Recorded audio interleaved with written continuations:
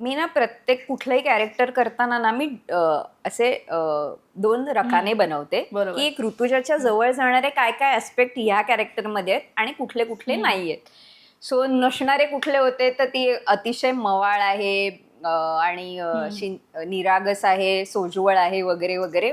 Outer world जे काय, inner world जे होतं कॉन्फिडंट, खरं बोलणारी, सगळ्यांना जपणारी, तर ते माझे वेगवेगळे क्लू पॉइंट्स होते की बरोबर. ऋतुजा आणि स्वानंदीतले ते मला जवळचे वाटत होते.